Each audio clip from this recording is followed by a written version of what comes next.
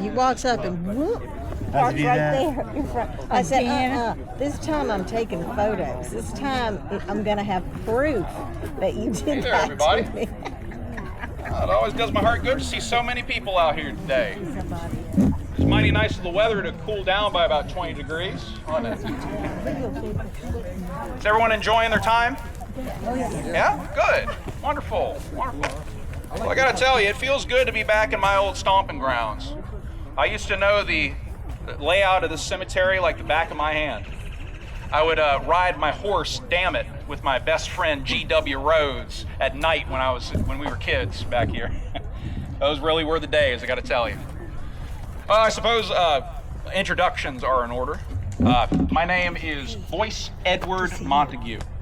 I was born up in Hattiesburg, Mississippi, January 5th, 1923. My father was Charles Montague, and my mother was Ruby Odom Montague. When I was 4 years old, we moved down to Biloxi and got a house on Forest Avenue. Now, growing up in Biloxi was a dream. I had a paper route that ended over at the Barks bottling plant over there in downtown, and I would always bug the stew out of the cappers until they finally gave me whatever they were capping for the day. I'll tell you, that creativity and ingenuity, this is reverb, yes. That creativity and ingenuity came in great handy whenever I was in the Boy Scouts, but also when I was at Lopez Elementary School. Not to brag or anything, but I was actually in the elementary school play, A Visit from Santa Claus. I didn't have any lines, but I felt like I contributed a lot. I actually hear tell that my grandson and my granddaughter are also very heavily involved in the arts, and I like to think they got that from me. Much like how I got my love of woodworking from my father. Now, my daddy was a carpenter. He was actually the maintenance man for the Edgewater Gulf Hotel. I'd always used to ride my bike to go bug him over at work. I rode on the seawall over on the beach, 6 miles one way. Now, back then, Biloxi didn't have the sand beach like it did now, right? So if you lost balance, it was straight into the water with you. Not that it would have mattered much anyway, because I was always a great swimmer. I loved being in the water and on the water. But I gotta tell you, it was meant for me to be a carpenter. Now, I would never call myself a master carpenter, or God forbid, an artisan. I was always just a plain old carpenter. But I was a pretty darn good one, too. Now, like many men who are involved in the trades, I didn't like school all that much. I dropped out of Biloxi High School at the age of 17, and I went to work with my daddy. He taught me everything I knew. And as it turns out, that was a whole lot, because it allowed me to actually get a job up in Tennessee as a contractor. That was going along well for a while, but then, as happens to all of us, it got interrupted when World War II broke out. I went over to San Diego and I enlisted in the Marines. They shipped me off to San Diego for boot camp. As it turns out, I was really skilled with a rifle. I got the highest marks that you could get when it came to riflemanship. And I was actually a rifle range instructor for 18 months.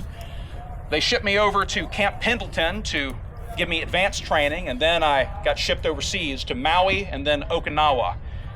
I was the head of construction for the 9th MP Battalion. Now, once World War II let out and the boys in the Pacific Theater were finally allowed to go home, I came back home to Biloxi. And that is when I got the single best piece of news that a Marine could ever receive. That there were a whole lot of really pretty nurses working over at the VA. Now, it might be hard to tell right now, but I was a pretty hot commodity back in the day. Because I was tall, I loved to dance, I was a good dancer, and third, and most importantly, I had my own car. A Buick convertible. I was dating those nurses in shifts. I would drop one off after a date so she could get on work, and then picked one up that was getting off work to take her on a date. Circle of life. But there was one nurse in particular that really caught my eye, though, and that was Mamie Moore. Now, she was a nurse who came over from Chulafini, Alabama. She grew up on a farm that, as she put it, was so poor that they didn't know the Great Depression hit because literally nothing changed. And she was quite a good nurse too, I gotta tell you. My father took ill and he became bedridden and couldn't leave the house. And so every day the nurses from the VA, one of them, would come over and give him his shots. Well, as luck would have it, his favorite one out of the bunch was none other than Mamie. As he put it, she was the only one who could do it right. Shortly before my daddy passed, he sat me down and he said, "Son, you better marry that Moore girl." Well, my daddy was my hero. I practically worshiped the ground he walked on. So of course, I took his advice, and it was the single best piece of advice I ever took. My daddy passed away shortly thereafter, and then the Korean War broke out. I decided to answer the call of duty once more and re-upped in the Marines. I went over to Camp Lejeune over in North Carolina, where I wasn't a rifle instructor, but instead, I think I found my calling in the military as a drill instructor. You best believe that at 6'4", I loved scaring the pants off of those new recruits. Well, one weekend, Mamie came over to North Carolina. We went to a little chapel and got married on Parris Island. I returned to Biloxi briefly to build a house on the Chautauqua River, but then I got a job offer from a friend of mine over in North Carolina. He gave me a job of building subdivisions in Raleigh. Well, I went up there. Mamie then got transferred to the VA in Durham, and then shortly thereafter, we had our one and only daughter, Charlene. Now, I loved Mamie with all of my heart and soul, but it was love at first sight with Charlene. I finally had my first mate and my knocking around buddy. When Charlene was 4 years old, we came back and moved to Biloxi, just like her old man moved down here when he was 4. We got a house in a new that was new at the time, a subdivision called Bay Vista.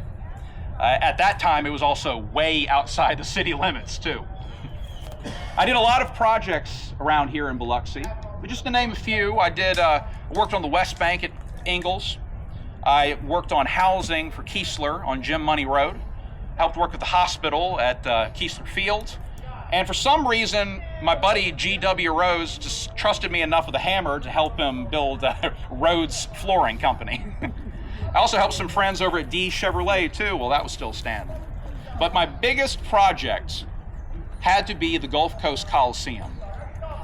I built and oversaw the construction of every single step in the Coliseum. Now you might be thinking, Mr. Montague, that's a lot of staircases. But then you go inside of the Coliseum and you realize that every single seat in the Coliseum is built on steps that go all the way around. That was my job. I walked up and down those steps countless times a day, 5 days a week, and I loved every minute of it. I loved my crew too. I would always joke around with them, and I was a practical joker at heart. But there's one thing that I did not have a sense of humor about, and that was shoddy work. I believe if you are going to put your name to something, then you better do it right. So I would go around and inspect their work with a claw hammer, and if they did it wrong, I'd rip it up and tell them to do it again. Now that was no small task back in the day because we didn't have nail guns. But for a 6'4" Marine, it wasn't too much of a trouble for me. I could drive a 16-penny, 3.5-inch nail with 2 hits. One to set it and the second one to send it home. There was no need for a third one. I truly loved my job. I loved working on the very big projects to the very fine, detailed works, like my furniture work. Had a great passion for that too. But I also truly enjoyed my leisure time. I took that very seriously. I never stopped loving cars, as every man does. However, I also had a real affinity for music. I loved the big bands, especially Glenn Miller. He was a personal favorite of mine. Love football too. I took Charlene to every Biloxi High School football game for years and years. We caught every Ole Miss Rebels game, too. There you go. Yes, indeed. And of course, I would have been thrilled to see Charlene when she graduated from the Ole Miss Medical Center. But my greatest passion in my hobbies was boating. Boating was a borderline obsession for me. I had 3 boats over the course of my life. The first one was built by a good buddy of mine, Joe Moran, who's also in this very cemetery tour today. Tell him I said hi. I was one of the many, many people who kept telling him he had to become an artist. He could paint water like no one else could. I swear, you get wet just looking at one of his paintings. My second boat was a cobia, but my third one was probably my favorite.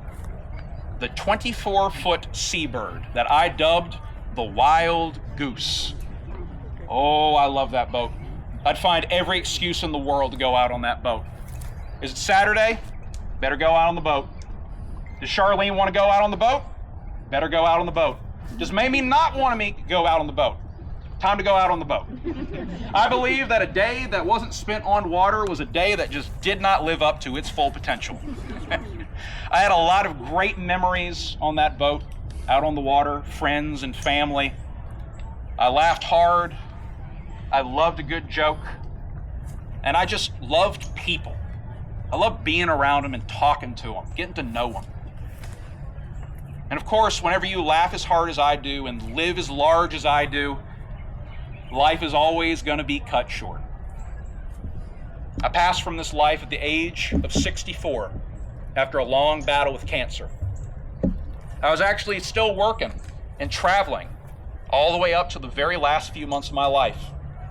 By that time, I was bedridden, much like my father. And also much like my father, Mamie took care of me.